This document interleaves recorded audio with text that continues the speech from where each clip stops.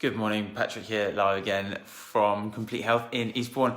And I just thought I'd jump on as everyone's starting to go back to work and talk about something that I see super common in the clinic, which is how do I look after myself when I'm sitting behind a desk all day? So these are 5 of the most safe and effective ways that you can easily start to impact any back, neck and shoulder pain that you might be getting from sitting behind your desk and sitting at your laptop all day. So, number 1, make sure that your chair is set at a reasonable height. Now, what we know is when the chair is set too low and the knees are in line or below the hips, the pelvis will naturally rock forward, which makes it super easy to maintain the curve in the lower back.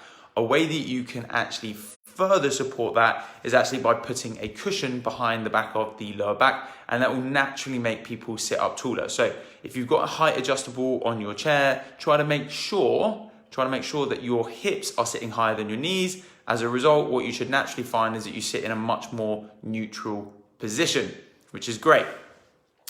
Number 2, make sure your screen is set high enough. Now, it's all well and good if you make sure that you got your base or your pelvis set up properly. However, if your screen is too low, naturally what will start to happen is you'll start to look down and you'll hunch from the top, which will just cause an issue from the other end.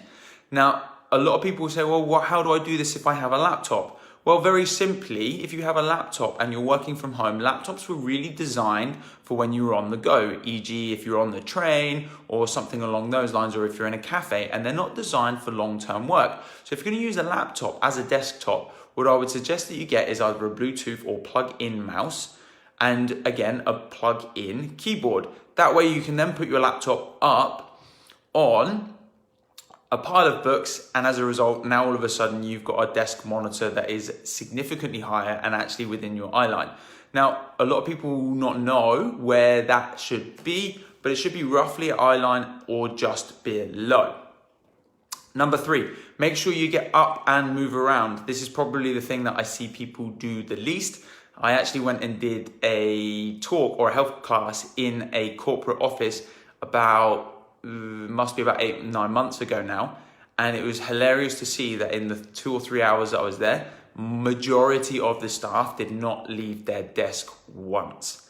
Now, what we know is that if you sit behind a desk for anything longer than 20 to 30 minutes, the discs start to wear and stretch, and as a result, what we can start to see is changes in ligaments, muscle tendons, and our discs, which can cause serious irritation both in the neck, the shoulders, and the lower back. Finally, you can use a sit-to-stand desk, These are now really, really easily available. We've just actually had one put in on our front desk so that my staff can either take the option of sitting on the chair or standing up. And again, all it allows you to do is go from one position to another. So a little bit like moving around the office, it gives you that opportunity to go from one position to another. Now, there isn't any position that is good to be in all the time. So if you are standing all day, this is just as bad as sitting all day. There isn't one that's better than the other. They're both as bad as each other. What we know about the body is that actually we need to move around. So if we're sitting or standing for the whole day, both of these can be detrimental. However, going from one to the other allows the body to change shape, deform, take pressure off of certain ligaments and joints, and allows the body to relax.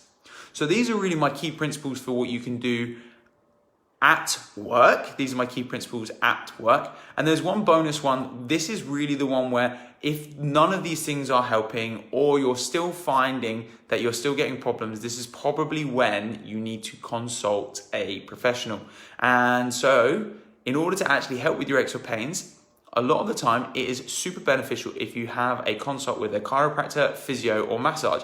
And that way they can teach you the stretches, exercises, and movements. And if those things are not helping still, they can then consult and actually help you with the manual therapies to relieve that tension, get those joints moving, get the nerves and muscles firing, so that actually you can then function at work. Guys, if you know anyone that might benefit from this video, please like, share. If you haven't already liked our page, then please like our page and share it with others that might find some benefit in it as well. Equally, we also have tons and tons of content on Spotify, iTunes, and we're on YouTube as well. So our Spotify and iTunes account is Coffee with the Chiropractor, which is where I do my weekly podcasts. And then on YouTube, we have our daily videos going out as well. I look forward to seeing a lot of you in the clinic soon. That's Patrick here from Complete Health, and we'll see you in the clinic soon. Take care.